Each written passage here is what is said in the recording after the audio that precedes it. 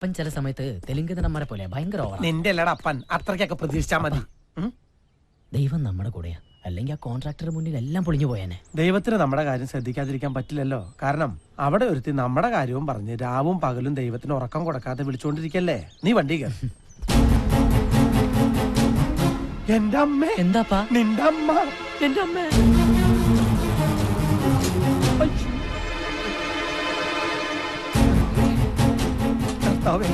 എല്ലാ കണക്കൂട്ടലും തെറ്റാൻ പോവാണല്ലോ. മോനെ, നിനക്ക് എന്താ പറ്റിയത്? അമ്മ, നമ്മുടെ മോൻ എന്താ അസുഖം? എനിക്കൊരു അസുഖമില്ല. ലക്ഷ്മി, നീ എന്തിനാ ഇങ്ങോട്ട് വന്നേ?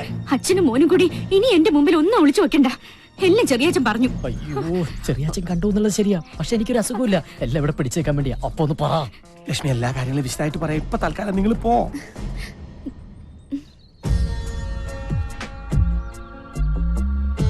അച്ഛാ,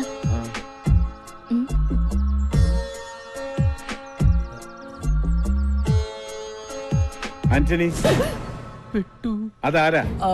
അത് സാറേ, ഇവിടെ അടുക്കള ജോലിക്ക് ആളെ വേണമെന്ന് ചോദിക്കാൻ വന്നതാ.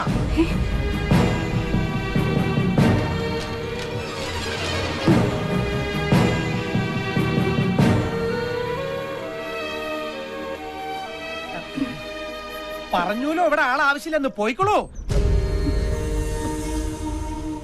ആന്റണി, അവരോട് ഇങ്ങോട്ട് വരാൻ പറയും. ഇങ്ങോട്ട് വന്നോളൂ. മാഡത്തിന്റെ അടുത്തേക്ക് ചെല്ലാൻ. ചെന്നോളൂ.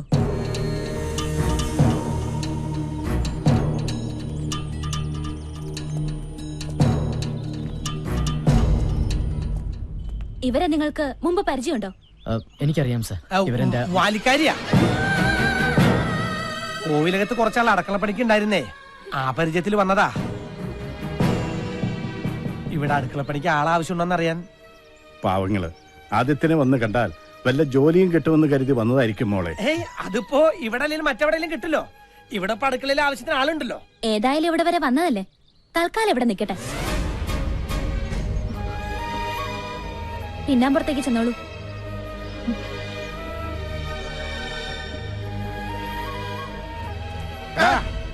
ഈ ജന്തു ഏതാ? അത് ഇവരൊരു ബന്ധുവാ. അല്ല, എന്റെ മോന. എനിക്കിപ്പോ ഈ ഭൂമിയിൽ ഇവൻ മാത്രമേ ഉള്ളൂ.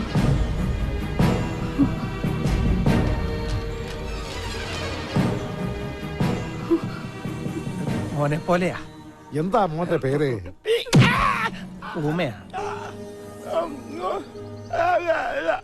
എന്നാ നിനക്ക് നേരത്തെ പറഞ്ഞുകൂടായിരുന്നോടാ? ഏത് കോലത്തും കാണുമല്ലോ ഒരു മന്ദബുദ്ധി.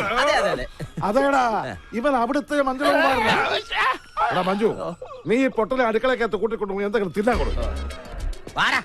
അതെ, നീ പൊട്ടനാണെന്ന് കരുതിട്ട് മിണ്ടാതൊന്നും ഇരിക്കണ്ട. നിനക്ക് എന്ത് വേണം എന്നോട് വാ തുറന്ന് പറയാം. പോണത് കണ്ടില്ലേ, എന്തൊരൈക്യം.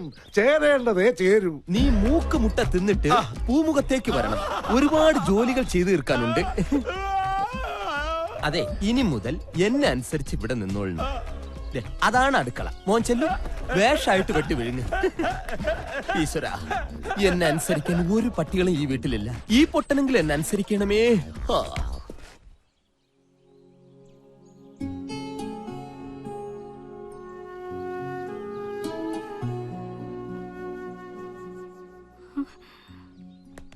എന്തോ ആലോചിച്ചോണ്ട് നിക്കുവാ. അതെ, ഈ പാത്രങ്ങളൊക്കെ ഒന്ന് കഴുകി വെച്ചു എന്ന് വിചാരിച്ചേ കയ്യിലെ വളയൊന്നും ഊരി പോകത്തില്ല. അയ്യടാ, വന്നിരിക്കുന്നു.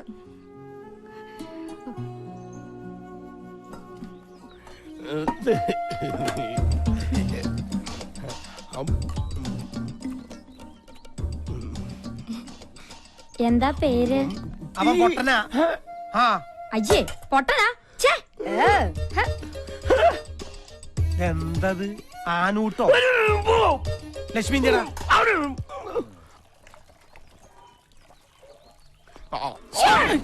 ഇപ്പോഴെങ്കിലും ഇങ്ങോട്ട് എത്തിയോ?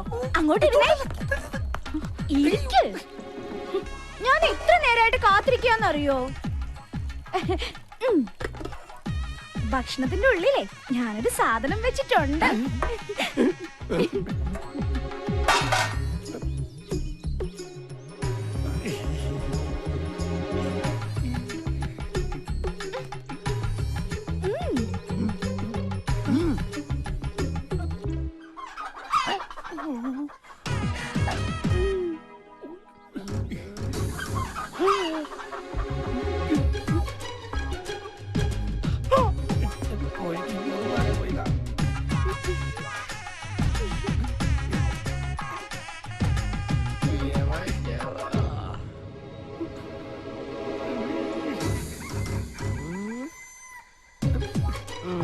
ഇതിനാരാടെ ഇരിക്കുക?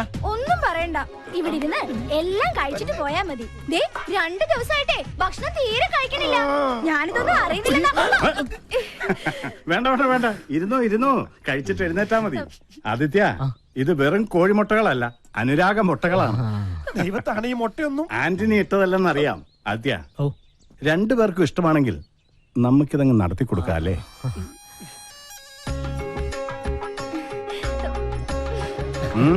കൊടുക്കണം കൊടുക്കുന്നുണ്ട്. നമ്മുടെ കോഴിമുട്ടയിൽ കൂടോത്രം എന്ന് കേട്ടിട്ടുണ്ട്, മുട്ടയിൽ പ്രേമം ആദ്യമായിട്ടാ.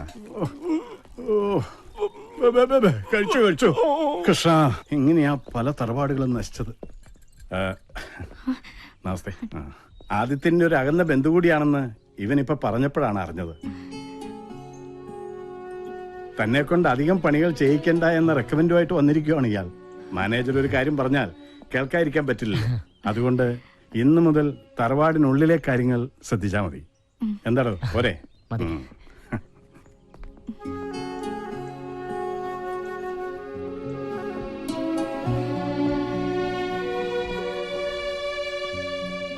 മോനെ ആദി, അപ്പന് പറയാനുള്ളത് പറഞ്ഞു. എടാ, എനിക്ക് അവളായിട്ട് യാതൊരു വിധ ഇതില്ലാന്ന്. അപ്പൊ ആനന്ദിച്ചെന്റെ പാത്രത്തിൽ 8 മുട്ട എങ്ങനെ വന്നു? മുട്ട നിന്റെ തന്തടാ. പറ്റി പറയുമ്പോ അപ്പനെന്തിനാ ഇവന്റെ അടുത്ത് ചൂടാവണേ? വർമ്മ സാർ പറഞ്ഞപ്പോഴാണ് ഞാൻ ഞെട്ടിപ്പോയത്. എടാ ആദി, വർമ്മ സാറിന് ഒരു സംശയം തോന്നിയതാവാം. നീ അപ്പം പറഞ്ഞ് വിശ്വസിക്കാൻ. മുട്ട എങ്ങനെ വന്നേ? എന്റെ അമ്മേ. മോനെ, ലക്ഷ്മി എന്നെ വല്ലാതെ തെറ്റിദ്ധരിച്ചിരിക്കുക. തെറ്റിദ്ധരിച്ചല്ലോ, മുട്ട സഹിതമല്ലേ പിടിച്ചത്. 2 3 ആണോ? 8 മുട്ട. മോനെ, നീ അമ്മയൊന്ന് കാര്യം പറഞ്ഞ് മനസ്സിലാക്കുക. അപ്പന്റെ പ്രേമം അമ്മയെ പറഞ്ഞ് മനസ്സിലാക്കാൻ സ്വന്തം മകനെ ഏർപ്പാടാക്കുന്ന ഇത്രയ്ക്കും വൃത്തികെട്ട ഒരു അപ്പൻ ലോകത്തെങ്ങും കാണില്ല. ഇത്രയും പ്രായപൂർത്തിയായ ഒരു അപ്പന് പറ്റിയ പണിയാണോ ഇതൊക്കെ? മോനെ ആദി, നീ എന്നെ ആദി പിടിപ്പിക്കരുത്. എല്ലാം പോട്ടെ, സ്നേഹിച്ച പുരുഷന്റെ കൂടെ സ്വന്തം കുടുംബം വരെ ഉപേക്ഷിച്ച് ഇറങ്ങി തിരിച്ച് എന്റെ അമ്മ ഇതെങ്ങനെ സഹിക്കും? എന്റെ പേടി അതല്ല. വീട്ടിൽ കാശ് കിട്ടാനുള്ളവർ വരുമ്പോ ലക്ഷ്മി അമ്മ പറയുമായിരുന്നു മരിച്ചു കളയുന്നു. ഇപ്പൊ ഇതും കൂടെ അറിയുമ്പോ ലക്ഷ്മി അമ്മ വല്ല അവിവേകവും. അയ്യോ മോനെ ആദി, പീതാംബര, നീ അവളൊന്ന് പറഞ്ഞ് മനസ്സിലാക്ക്. നിനക്ക് ലക്ഷ്മിയുടെ അടുത്തേക്ക് പോവാലോ. എനിക്ക് ലക്ഷ്മി അമ്മയുടെ അടുത്തേക്ക് പോവാം. കാരണം ഞാൻ അവരുടെ മോനാണല്ലോ. ഞാനിവിടെ കാലുകുത്തിയ അപ്പം മുതൽ നിങ്ങളെല്ലാം കൂടെ എന്നെ ഊമയാക്കില്ലേ. ഇനിയിപ്പൊ ഞാൻ ഉടച്ചു എന്ത് പറയാൻ? 8 മുട്ടയും തിന്നിട്ട് എന്നെ പൊട്ടനാക്കുന്നു. അമ്പട പൊട്ടാ. ഇനി ഇച്ചിരി പാട്ട് കേൾക്കാം. നിങ്ങൾ ഇതുവരെ കേട്ടത് കോഴിമുട്ടയുടെ പോഷക ഗുണങ്ങളെ കുറിച്ചുള്ള പ്രത്യേക പരിപാടിയാണ്. ഇനി കോഴിമുട്ട കൊണ്ടുള്ള പലതരം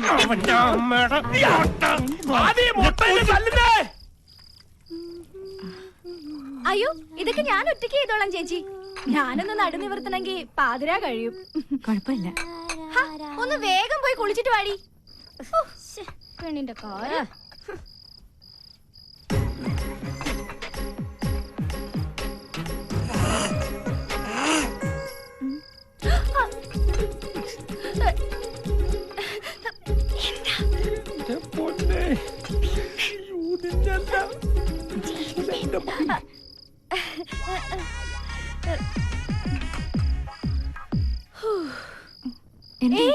എന്തോരം ജോലിയാ ചേച്ചി. ബാത്റൂമിന്റെ അടുത്തോടെ ആരോ ഓടി പോകുന്നുണ്ടോ? എവിടെ? അവിടെ നിന്ന് ആരും ഉണ്ടാവില്ല. ഇവക്ക് വെറുതെ തോന്നിയതായിരിക്കും. പേടി പെണ്ണ്. നടക്കങ്ങോട്ട് ചേച്ചി. അത് കഴിഞ്ഞാ കിടന്നോളൂ കേട്ടോ. നടക്ക് നടക്കാൻ പറയട്ടെ.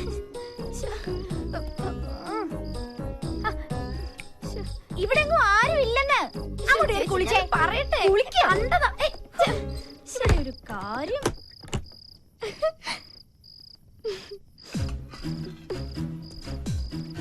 ലക്ഷ്മി, ലക്ഷ്മി,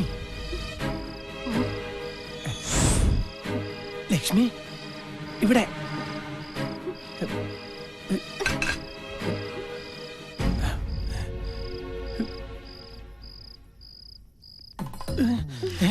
വർമ്മസാറ് പറഞ്ഞപ്പോഴേ എനിക്കറിയായിരുന്നു ഇന്ന് രാത്രി എന്നെ കാണാൻ വരുമെന്ന്. നീയും വർമ്മ സാറും കൂടി എന്നെ വറുത്ത് തിന്നടി.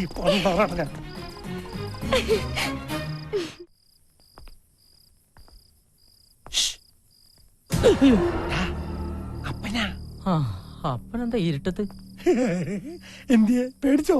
ഇതല്ലാതെ അപ്പനിങ്ങനെ ഇരുട്ടത്ത് ഒന്ന് പല്ലടിച്ച് കാണിച്ചു കഴിഞ്ഞാൽ പിന്നെ ഇരുട്ട് വരെ പേടിച്ചു പോകൂലേ? ആദ്യേ അമ്മേനെ കാണാൻ അപ്പൻ അടക്കള വഴിക്ക് ഒരു ശ്രമം നടത്തിയിടാ. എന്നെ തിരിഞ്ഞു പോലും നോക്കില്ല അവള്. മറ്റവള് നോക്കിയിട്ടുണ്ടാവുമല്ലോ. എന്റെ മോനെ. ഓ, ഓരോന്ന് വരുത്തി വെച്ചിട്ട് നിന്ന് മൂങ്ങുന്ന കണ്ടില്ലേ? അതെ, അവിടെ തന്നെ നിന്നോ, ഞാൻ അമ്മയൊന്ന് ചാക്കിട്ട് നോക്കാം.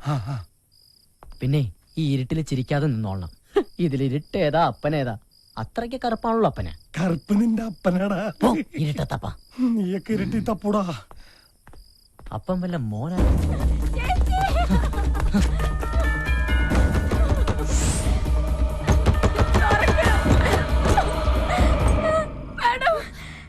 കുളിക്കുമ്പോ ഞാൻ അറിയാത്ത മൊബൈൽ ഫോണിലെ ക്യാമറയിൽ എന്നെ വിട. ഞാൻ ഒന്ന് പറയട്ടെ. ഹേയ്, എന്നെ വിട. വേണ്ട, ഒന്നും പറയണ്ട.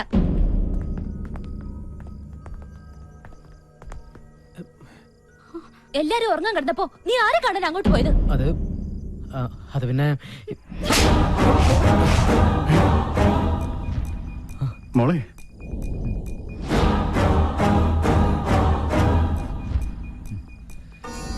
അയ്യോ മാഡം, ഈ സാർ അല്ല, അവനാ ആ തോട്ടം നനയ്ക്കുന്ന പയ്യൻ. ഈ സാർ വന്ന് പിടിച്ചപ്പോഴാ ഞാൻ പോലും കാര്യം അറിയുന്നത്.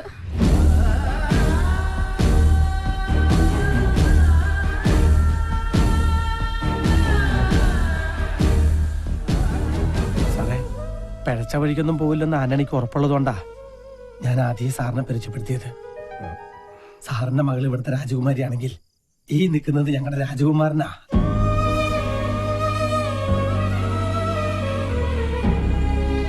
ആദി, എന്റെ മോള്. സാറത് കാര്യമാക്കണ്ട.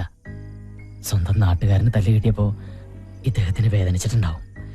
കുഞ്ഞുനാളിൽ ഒരുപാട് എടുത്തോണ്ട് നടന്നിട്ടുള്ളതാണേ. ആ സ്നേഹവും വാത്സല്യം കൊണ്ട് പറഞ്ഞതായിരിക്കും. പാവം. ആദി, അന്നി പറഞ്ഞതിൽ ഒരു തെറ്റുമില്ല. തെറ്റുകാരി എന്റെ മോളാണ്. മോളെ, ഇന്ന് വരെ ഈ തറവാട്ടിൽ ഒരു പെണ്ണും ആണിനെ അടിച്ചിട്ടില്ല. മോള് ആദിയോട് മാപ്പ് പറയാൻ. മാപ്പ് പറയാനുള്ള തെറ്റൊന്നും സാറിന്റെ മകള് ചെയ്തിട്ടില്ല. ഇങ്ങനെ ഒരു സാഹചര്യത്തിൽ കണ്ടാൽ ആരായാലും തല്ലിപ്പോവും.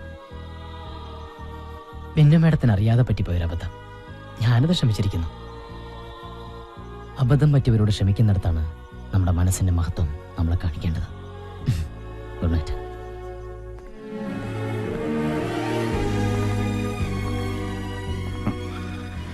ഇതുപോലൊരു മകന് ജന്മം നൽകിയ അച്ഛനും അമ്മയും സുഹൃതം ചെയ്തവരാണ്.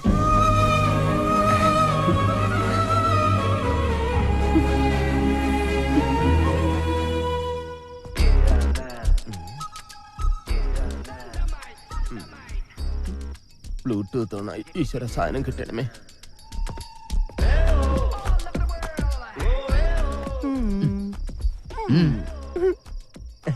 അതെ, ഞാൻ ബ്ലൂടൂത്ത് ഓണാക്കി. അതെന്റെ ഫോണിലേക്ക് അയച്ചാ എന്ത്? ഒന്നും അറിഞ്ഞൂടാത്തോല ആ കുളിസി. അത് കഷ്ടപ്പെട്ട് പിടിച്ച പാവ നിർമ്മാതാവ് ജീവനും കൊണ്ട് എങ്ങോട്ടോ ഓടി രക്ഷപ്പെട്ടു. ഇപ്പൊ ഒരാടി വാങ്ങിയിട്ടാണെങ്കിലും അതിന്റെ വിതരണാവകാശം ആദിത്യവർമ്മയ്ക്കാണല്ലോ. ഇനി അതിന്റെ സാറ്റലൈറ്റ് അവകാശം എനിക്ക് തന്നോളൂ. നീ പോ. അല്ലെങ്കിൽ വേണ്ട, എന്റെ ഈ ഹോം തിയേറ്ററിൽ ഒന്ന് റിലീസ് ചെയ്തൂടെ? ഒന്ന് പോടാ. ഞാനൊരു മൊബൈൽ തിയേറ്റർ ഉടമയാണ് കേട്ടാ. വേണ്ട, ഒരു കുളിസി നിന്റെ കയ്യിലുണ്ടെന്ന് കരുതി ഇങ്ങനെ അഹങ്കരിക്കരുത്. വർഷങ്ങളായി ഷക്കീലപ്പടം കളിച്ചുകൊണ്ടിരിക്കുന്ന ഒരു മൊബൈൽ തിയേറ്ററാണ്. തിയേറ്റർ ഉടമയോട് കളിച്ചാലേ വിതരണക്കാരൻ വിവരം അറിയും. വിവരം നിന്നെ പോവല്ല പറഞ്ഞ മനുഷ്യനോട് നിൽക്കുമ്പോ ഞാൻ അവസാനമായിട്ട് യാചിക്കുകയാണ്. ആ കുളിസി ഇതിലോട്ട് അയച്ചാടേ. എന്ത് തരൂല്ലേ? നീ തരണ്ടാ. നീ ഒറ്റയ്ക്ക് കണ്ട് മൃതി അടയടാ. ഇത് കിട്ടാത്തവന്റെ വിഷമം നിനക്കൊന്നും അറിയില്ലടാ. ഞാൻ ഇന്ന് എങ്ങനെ ഉറങ്ങുമെന്തോ. നിനക്കറിയോ, വിനാശകാലത്ത് ഏത് നല്ല തറവാട്ടിലും ഇതുപോലുള്ള അസുരവിത്തുക്കൾ വന്ന് ജനിക്കും. അതുകൊണ്ടാ ഞാൻ എന്റെ മോനെ കൊണ്ട് അവളെ കല്യാണം കഴിപ്പിക്കാത്തത്. കാണാനൊക്കെ സുന്ദരിയാ, പക്ഷേ മനസ്സ് രാക്ഷസിയുടെ. ഏട്ടത്തി പറയുന്നത് ശരിയാ. അവള് രാക്ഷസി തന്നെയാ, നിധി കാക്കുന്ന രാക്ഷസി. അവളെ വേണേ നമുക്ക് ഉപേക്ഷിക്കാം, പക്ഷെ ആ നിധിയുടെ കാര്യം ആലോചിക്കുമ്പോഴാ. അതുകൊണ്ട് മാത്രമാ ഞാൻ എന്റെ മോനെ കൊണ്ട് കല്യാണം കഴിപ്പിക്കാൻ നോക്കുന്നേ. എന്റെ ഭഗവാനെ, ഇതൊന്നും കാണാൻ ഇടവരുത്താതെ നീ നാത്തൂനെ നേരത്തെ വിളിച്ചത് എത്ര നന്നായി.